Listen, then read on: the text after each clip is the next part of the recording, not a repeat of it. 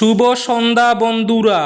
আজ হলো 19 আগস্ট, পয়লা ভাদ্র, বুধবার। আজকের সন্ধ্যার বিশেষ বিশেষ খবরগুলি হলো: হাইলাকান্দিতে শিক্ষকের প্রহারে হাত ভাঙল এক ছাত্রের, তদন্তে শিক্ষা বিভাগ। স্বগণনা পর্ব শেষ, এবার বাড়ি বাড়ি গিয়ে হাউস লিস্টিং করছেন প্রায় 1200 গণনাকারী। হাইলাকান্দিতে দ্রুতগতিতে চলছে জনগণনার কাজ। স্বগণনায় এগিয়ে বরাক। ডিজিটাল সচেতনতার পাশাপাশি বয়ও কারণ, বলছেন বিশিষ্টজনেরা। শীর্ষে কাছাড়, শ্রীভূমি দ্বিতীয়, পঞ্চমে হাইলাকান্দি জেলা। এদিকে আগামী 1 অক্টোবর থেকে বদলে যাচ্ছে এসবিআই এর নিয়ম, দিতে হবে অতিরিক্ত চার্জ। এসবিআই অ্যাকাউন্টের নতুন নিয়ম। 2 মাসের নববধূর রহস্যজনক মৃত্যু।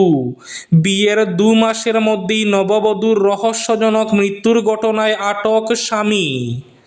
শিলচর পুর নিগমে সেন্সাস কিট বিতরণে অব্যবস্থা, ক্ষুব্ধ গণনাকর্মীরা।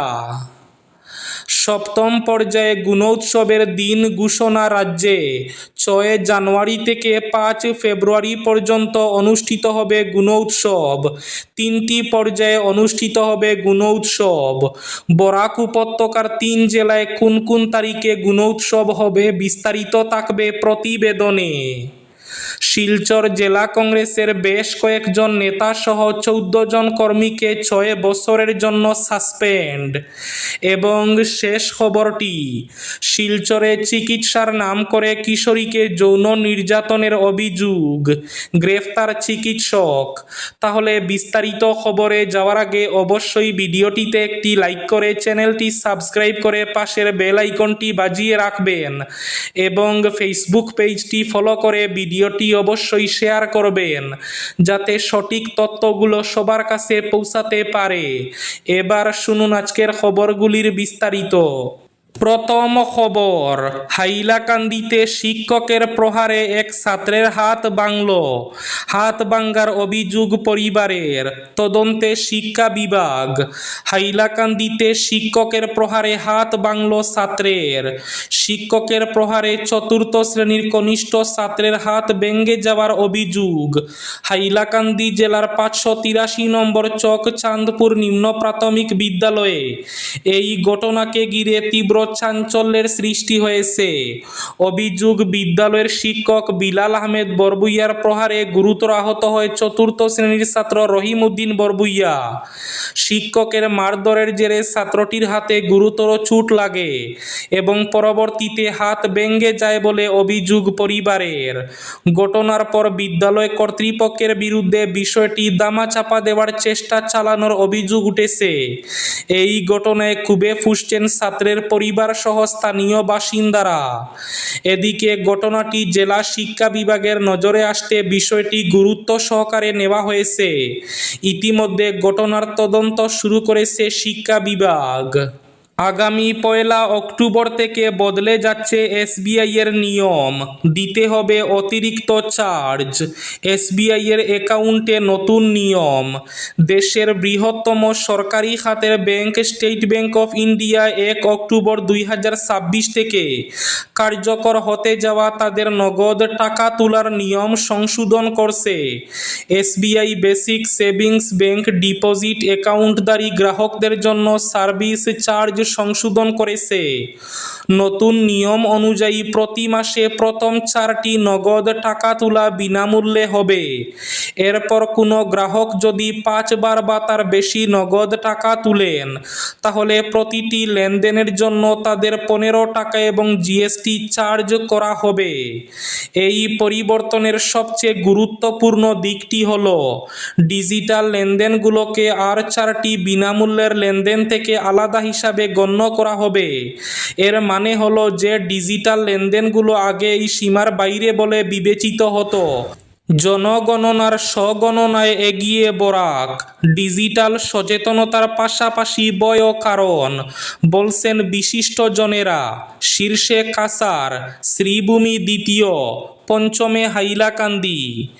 এদিকে হাইলাকান্দি জেলায় স্বগণনার পর্ব শেষ করে এবার বাড়ি বাড়ি গিয়ে হাউস লিস্টিং করছেন প্রায় 1200 গণনাকারী। হাইলাকান্দিতে দ্রুতগতিতে চলছে জনগণনার কাজ। হাইলাকান্দি জেলায় দ্রুতগতিতে এগিয়ে চলেছে জনগণনা। গত 16 আগস্ট শেষ হয়েছে স্বগণনা বা সেলফ এনুমারেশন। এরপর থেকেই জেলা জুড়ে শুরু হয়েছে বাড়ি বাড়ি গিয়ে হাউস লিস্টিংয়ের কাজ। জনগণনা কর্মীরা প্রতিটি এলাকায় গিয়ে বাড়ি ও গণনাযোগ্য ভবন চিহ্নিত করতে এবং নির্দিষ্ট নম্বর প্রদান করছেন। জনগণনা প্রক্রিয়ার প্রাথমিক এবং গুরুত্বপূর্ণ এই পর্যায়ে জেলার বিভিন্ন প্রান্তে প্রায় 1200 জন গণনাকারী নিয়োজিত রয়েছেন। আবার শুরু হচ্ছে গুণোৎসব। সপ্তম পর্যায়ে গুণোৎসবের দিন ঘোষণা করা হলো রাজ্যে। আগামী 6 জানুয়ারি থেকে 5 ফেব্রুয়ারি পর্যন্ত অনুষ্ঠিত হবে এই গুণোৎসব। 3টি পর্যায়ে অনুষ্ঠিত হবে এই গুণোৎসব। আগামী 6 জানুয়ারি থেকে গুণোৎসব শুরু হবে বরাক উপত্যকার করিমগঞ্জ জেলাসহ অন্যান্য জেলাগুলোতে। এদিকে হাইলাকান্দি জেলায় গুণোৎসব শুরু হবে আগামী 19 জানুয়ারি থেকে এবং 2 ফেব্রুয়ারি থেকে গুণোৎসব শুরু হবে কাছাড় জেলাসহ অন্যান্য জেলায়। অর্থাৎ বরাক উপত্যকার শ্রীভূমি তথা করিমগঞ্জ জেলায় গুণোৎসব শুরু হবে 6 জানুয়ারি থেকে। হাইলাকান্দি জেলায় গুণোৎসব শুরু হবে 19 জানুয়ারি থেকে এবং কাছাড় জেলায় গুণোৎসব শুরু হবে ফেব্রুয়ারি মাসের 2 তারিখ থেকে। 2 মাসের মধ্যে নববধূর রহস্যজনক মৃত্যু, আটক স্বামী। গৌহাটির হেঙ্গেরা বাড়িতে এক নববিবাহিত বধূর রহস্যজনক মৃত্যুকে কেন্দ্র করে চাঞ্চল্যের সৃষ্টি হয়েছে। মৃত নববধূকে রিম্পি কলিতা নামে শনাক্ত করা হয়েছে। জানা গেছে মাত্র 2 মাস আগে হীরকজ্যোতি ডেকা নামে এক যুবকের সঙ্গে আইনি বিবাহ হয়েছিল রিম্পির। হেরেঙ্গা বাড়ির সংযোগপথের 9 নম্বর বাড়িতে এই রহস্যজনক ঘটনা ঘটে। খবর অনুযায়ী রাতে স্বামী হীরকজ্যোতি ডেকা জুবিন ক্ষেত্রের উদ্দেশ্যে বেরিয়ে গিয়েছিলেন।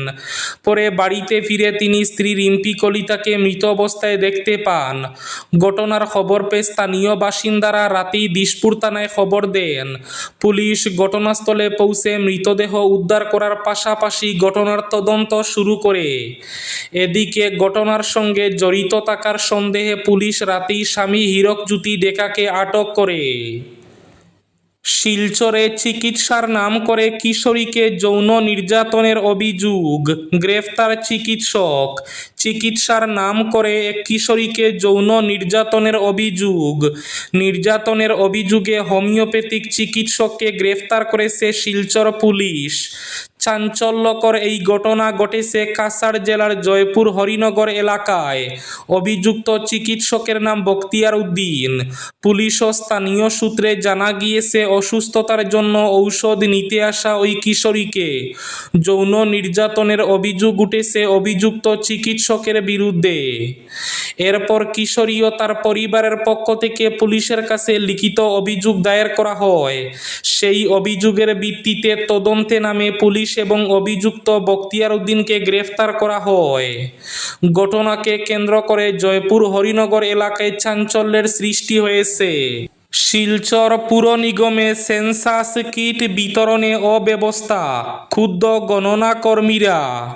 মঙ্গলবার শিলচর পুর নিগম কার্যালয়ে বাড়ি বাড়ি গিয়ে গণনার জন্য নিযুক্ত এনুমারেটরদের নিযুক্তিপত্র এবং সেন্সাস কিট বন্টনকে ঘিরে সৃষ্টি হয় এমন পরিস্থিতির হয়রানির শিকার হয়ে এনুমারেটর হিসাবে নিযুক্ত বিভিন্ন স্কুলের শিক্ষক শিক্ষিকা এবং অন্যান্য বিভাগের কর্মীরা এক সময় ক্ষিপ্ত হয়ে উঠেন। তারা অভিযোগ করেন বন্টনের দায়িত্বপ্রাপ্ত নিগমের কর্মীদের অদক্ষতা বা গাফিলতির কারণে দরুন তাদের এভাবে হয়রানি হতে হয়েছে। শিলচর পুর নিগম এলাকায় গণনা প্রক্রিয়া চলছে নিগমের তত্ত্বাবধানে। জেলার বাকি অংশের তত্ত্বাবধানে রয়েছে জেলা প্রশাসন।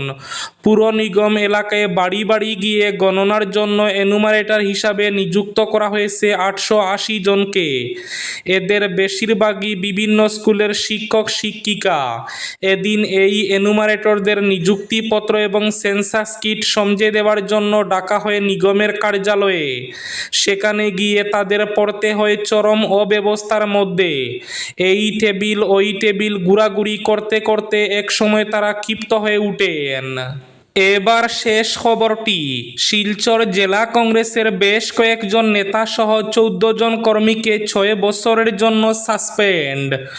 2026 সালের অসম বিধানসভা নির্বাচনে দল বিরোধী কার্যকলাপে জড়িত থাকার অভিযোগে অসম প্রদেশ কংগ্রেস কমিটি 14 জন দলীয় নেতা এবং পদাধিকারীকে তাৎক্ষণিকভাবে 6 বছরের জন্য সাসপেন্ড করেছে।